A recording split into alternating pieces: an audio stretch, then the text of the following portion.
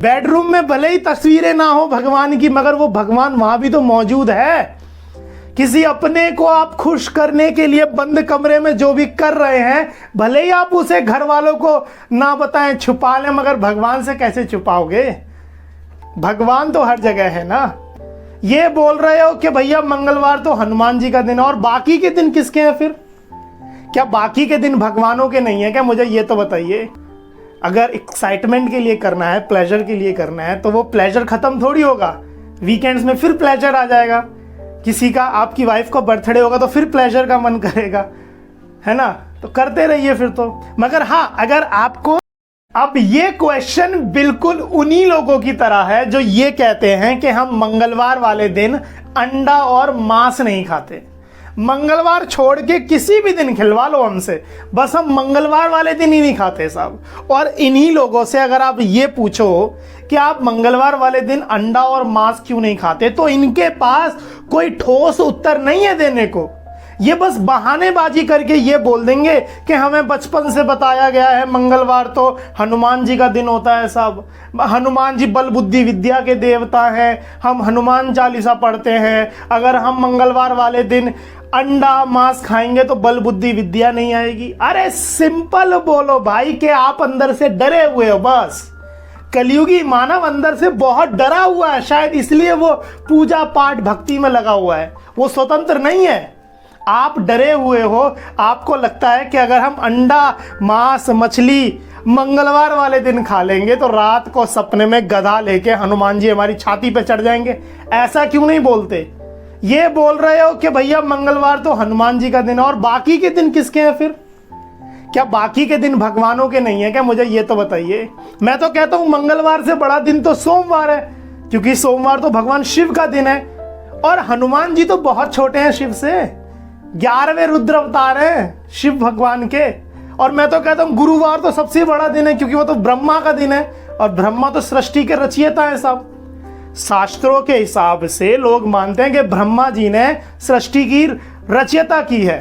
हालांकि साइंटिस्ट तो नहीं मानते। साइंटिस्ट कहते हैं कि बिग बैंग थ्योरी की वजह से विस्फोट हुआ और यूनिवर्स बना है। तो ये क्वेश्चन बिल्कुल ऐसा ही है। कह रहे हैं कि हमारा किराए का कमरा है, छोटा कमरा है, उसी कमरे में पूजा घर भी बना हुआ है, रसोई भी बनी हुई है साहब। चूंकि किराए का कमरा है तो छोटा होगा, रसोई घर भी उसी में एडजस्ट करनी पड़ेगी, पूजा घर भी उसी में बनाना पड़ेगा। बोल रहे हैं कि संभोग करते समय थोड़ी सी शर्म और संकोच महसूस होती है।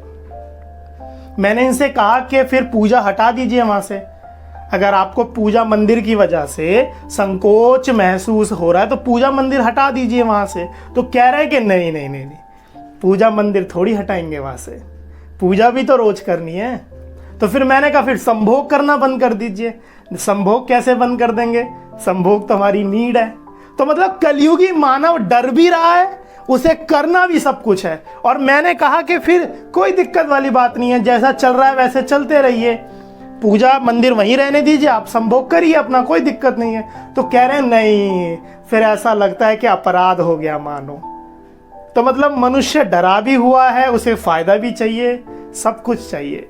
सबसे पहले तो आप एक चीज समझिए कि आपके उस कमरे के पूजा घर में ही केवल भगवान नहीं है। भगवान तो हर जगह है, हरि व्यापक सर्वत्र समाना। भगवान तो आपके मन में भी है। आप कमरे की बात कर रहे हो। वहां कबीरदास जी कह रहे हैं कि अगर आप ढूंढोगे तो आपके मन में ही मिल जाएगा, वरना तो आप संसार में भटकते घूमो, वृंदावन में लोट मारो, नहीं मिलेगा। बेमन से ढूंढोगे नहीं मिलेगा, और मन से ढूंढोगे तो आपके मन में ही बैठा मिल जाएगा। है मोह को कहाँ ढूंढे रे बंदे, मैं तो तेरे पास में। तो ये छोड़ दीजिए कि भैया पूजा का घर है, उसमें मंदिर भी है, तो संभोग करने में संकोच आता है। बेडरूम में भले ही तस्वीरें ना हो भगवान की, मगर वो भगवान वहां भी तो मौजूद है। किसी अपने को आप खुश करने के लिए बंद कमरे में जो भी कर रहे हैं, भले ही आप उसे घर वालों को ना बताएं, छुपा लें, मगर भगवान से कैसे छुपाओगे?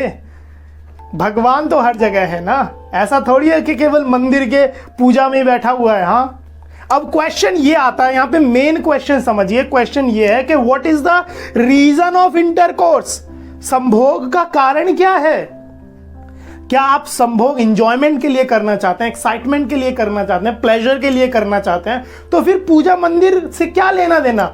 जानवर बन जाइए फिर तो करते रहिए ना, क्या दिक्कत है। मत देखिए लोगों को क्या फर्क पड़ रहा है, मत देखिए घर में कौन है, कमरे में कौन है, करिए ना।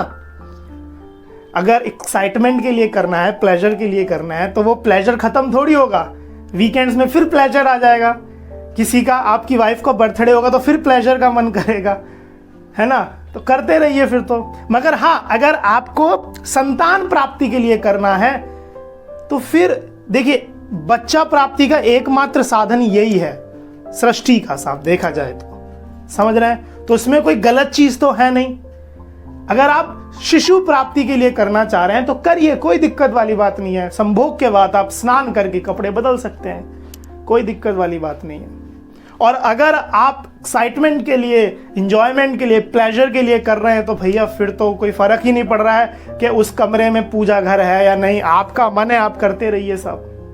और अगर संतान प्राप्ति के लिए कर रहे हैं तो कोई दिक्कत वाली उसमें कोई दोष नहीं लगने वाला है साहब, क्योंकि प्रोसीजर ही एक है। दूसरा प्रोसीजर है तो बताओ, फिर प्रोसीजर ही एक है। और ऐसा नहीं है कि भगवान केवल आपके रूम में, आप जितने भी गलत काम कर रहे हैं या आप कोई भी काम कर रहे हैं, वो हर जगह आपको देख रहा है और वो लिख रहा है। आपसे बोल नहीं रहा है तो क्या हो गया, लिख तो रहा है, देख तो रहा है ना। अक्सर पुरानी मान्यताओं के अनुसार लोग ये कहते हैं कि पूजा, जो हमारे घरों में पूजा मंदिर होती है, उसमें जो है पर्दा टांग देना चाहिए ताकि जो बाहर क्रियाकलाप हो रहे हैं वो भगवान को पता ना लगे। क्या बकवास है ये। भगवान से आप कुछ छुपा सकते हैं क्या? कितने ही पर्दे लगा लीजिए साहब, क्या फर्क पड़ रहा है। तो मिलेंगे अगली वीडियो में अगले प्रश्न के साथ, अगले विषय के साथ। ध्यान रखिए अपना।